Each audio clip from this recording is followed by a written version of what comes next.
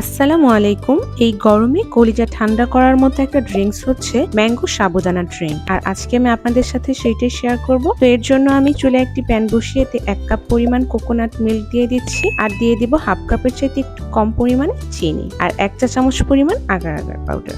খুব ভালোভাবে মিশিয়ে নিতে হবে যেন আগার আগার পাউডারটা দলা পাকিয়ে না যায়। 2 থেকে 3 মিনিট রান্না করে নিলেই হবে। এখন আমি এই মিশ্রণটাকে ঢেলে নেব। তারপর চুলায় একটি প্যান বসিয়ে এতে পানি দিয়ে দিব। যখন পানিটা এরকম ফুটতে শুরু করবে তখন আমি এখানে হাফ কাপ পরিমাণ সাবুদানা দিয়ে দিব। ততক্ষণ পর্যন্ত রান্না করব যতক্ষণ পর্যন্ত না সাবুদানাগুলো এরকম স্বচ্ছ না হয়ে যায়। তারপর আমি সাবুদানার পানিটাকে ছেঁকে নিব। দেখুন সাবুদানাগুলো কত সুন্দর মতো হয়েছে। আর অন্যদিকে আমার যে কোকোনাট মিল্ক পুডিংটা ছিল সেটাও খুব সুন্দর সেট হয়ে গেছে। এখন আমি এটাকে পছন্দ মতো শেপে কেটে নিব। আর এই কোকোনাট মিল্ক পুডিংটা এই ড্রিঙ্কস এর মধ্যে দিলে এর টেস্ট বহুগুণে বেড়ে যায়। এখন আমি একটা বড় বাটিতে 1 লিটার পরিমাণ লিকুইড দুধকে আমি জাল করে হাফ লিটার করে নিয়ে নিয়েছি, আর দিয়ে দিব 2 কাপ পরিমাণ ম্যাঙ্গো পিউরি। এখন আমি এই দুধ আর ম্যাঙ্গো পিউরিটার যে মিশ্রণ সেটাকে হ্যান্ড উইস্কের সাহায্যে খুব ভালোভাবে মিশিয়ে নেব। আমার মিশিয়ে নেওয়া হয়ে গেছে। এখন আমি এতে হাফ কাপ পরিমাণ কনডেন্স মিল্ক দিয়ে দিচ্ছি।